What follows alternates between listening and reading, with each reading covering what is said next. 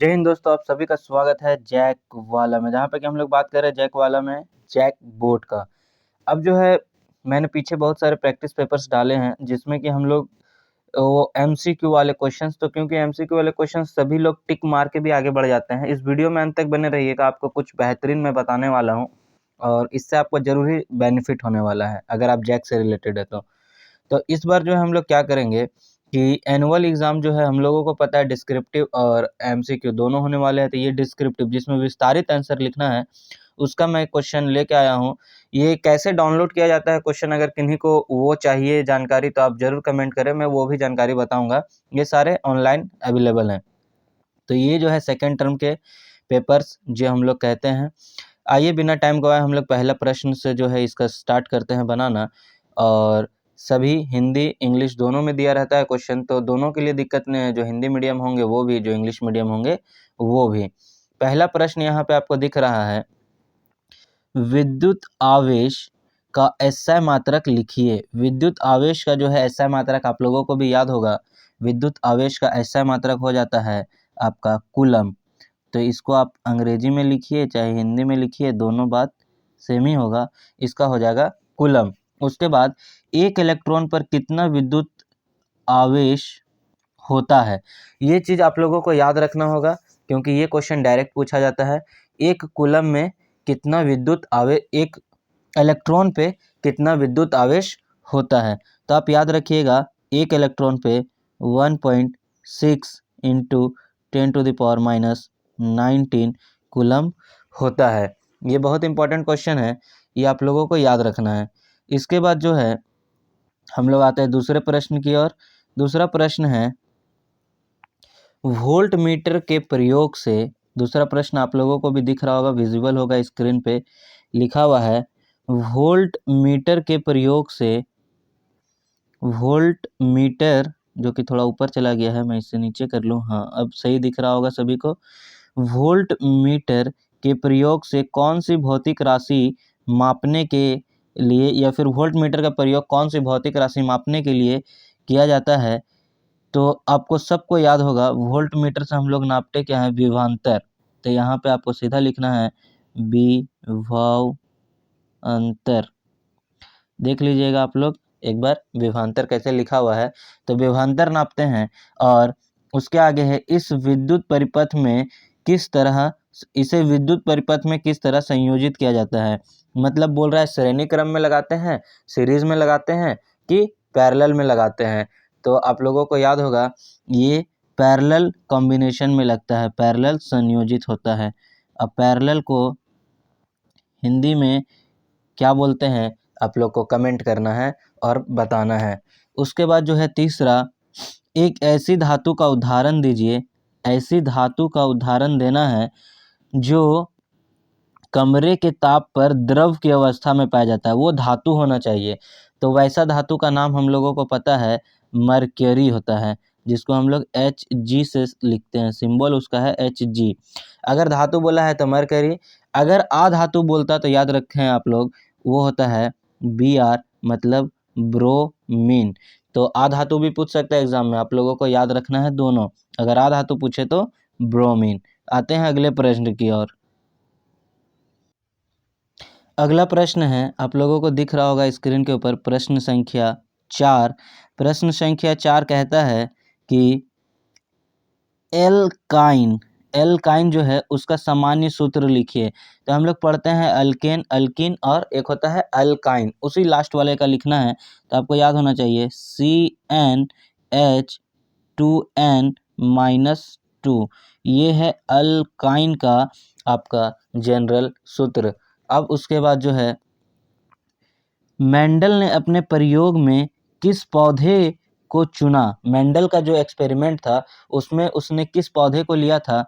तो आप सभी को पता होगा उसने लिया था पी प्लांट को, मटर का पेड़। पी मतलब मटर, मटर का पेड़, पौधा, पेड़ तो बोल नहीं सकते हैं, मटर का पौधा को उन्होंने लिया था। अगला है, एक जैव निम्नीकरण पदार्थ का उदाहरण दीजिए। तो जैव निम्नीकरण जो कि सड़ गल सके, तो आप सीधा लिखिए सब्जियों के छिलके, सब्जियों के सब्जियों के, मैं इधर कर दे रहा हूँ उसके आगे, सब्जियों के छिलके, सब्जियों के छिलके, सब्जियों के छिलके, ये हो जाएगा इसका आंसर। और भी बहुत सारा आपको जो याद आए लिख सकते हैं, कोई दिक्कत नहीं कि जो मैंने लिखा वही लिखना है। उसके बाद है 7वां नंबर प्रश्न, आप लोगों को दिख रहा होगा। 7वां नंबर प्रश्न भी बहुत ज़्यादा हार्ड नहीं है, बहुत आसानी है। उत्पादक अपनी ऊर्जा के लिए किस पर निर्भर रहते हैं? उत्पादक, याद रखिएगा उत्पादक का बात हो रहा है, तो उत्पादक किस पे निर्भर रहते हैं? उत्पादक जो है वो सूर्य के प्रकाश पर निर्भर रहते हैं, सूर्य के प्रकाश पर निर्भर रहते हैं उत्पादक। ये सिंपल सा आंसर लिखना था। उसके बाद अगला प्रश्न जो है प्रश्न संख्या 8, प्रश्न संख्या 8 जो है वो बहुत ही अच्छा है, उसमें थोड़ा कुछ हम लोगों को न्यूमेरिकल टाइप भी है, तो उसको देखते हैं। प्रश्न संख्या 8 लिखा हुआ है, ये जो है क्वेश्चन कट रहा है, मैं इसे नीचे कर लूँ थोड़ा सा, ये आपका अब पूरा आ रहा है। प्रश्न संख्या 8 जो है वो कहता है 1 एम्पीयर की परिभाषा लिखिए। 1 एम्पीयर क्या होता है उसकी परिभाषा, उसके बाद आगे। तो पहले हम लोग 1 एम्पीयर की परिभाषा लिखते हैं, फिर आगे करेंगे। 1 एम्पीयर की परिभाषा मैं यहाँ पे लिख रहा हूँ। 1 एम्पीयर की परिभाषा, 1 एम्पीयर, इसकी परिभाषा क्या लिखना है? तो आपको पता होगा एम्पीयर आता कैसे है, तो आप साइड में देखिए पहले एम्पीयर के लिए। तो एम्पीयर जो है एक कब आएगा, जब 1 कूलम्ब आवेश, ये बार बार बैक हो जा रहा है। 1 एम्पीयर कब आएगा, जब 1 कूलम्ब आवेश 1 सेकेंड में किसी परिपथ से पार होता है, तो हम लोग बोलते हैं 1 एम्पीयर, 1 सेकेंड में पार होता हूँ। तो हम लोग 1 एम्पीयर को सिंपल सा लिखेंगे, जब किसी परिपथ से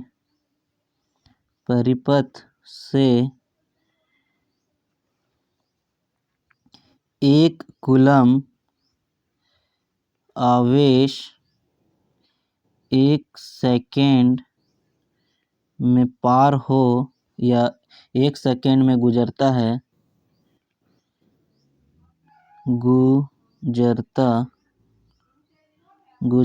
है, तो उसे 1 एम्पीयर कहते हैं। इसके बाद जो है इसमें कुछ प्रश्न भी हैं, प्रश्न को देखते हैं हम लोग। प्रश्न लिखा हुआ है, प्रश्न यहाँ पे हम लोगों को अब दिख रहा होगा, साफ साफ विजिबल होगा। किसी परिपथ में धारा की गणना की करें यदि 500 कूलम्ब और वो 10 मिनट में पार हो रहा है, 10 मिनट में होकर गुजरता है, तो बताइए उसकी धारा मतलब करंट पूछ रहा है, तो धारा निकालना है। तो धारा के लिए पता होगा आपको आवेश बटा समय, और समय और आवेश का तो यूनिट होता है कूलम्ब, जिसे SI मात्रक कहते हैं, और समय का SI मात्रक है सेकंड, तो सेकंड में होना चाहिए।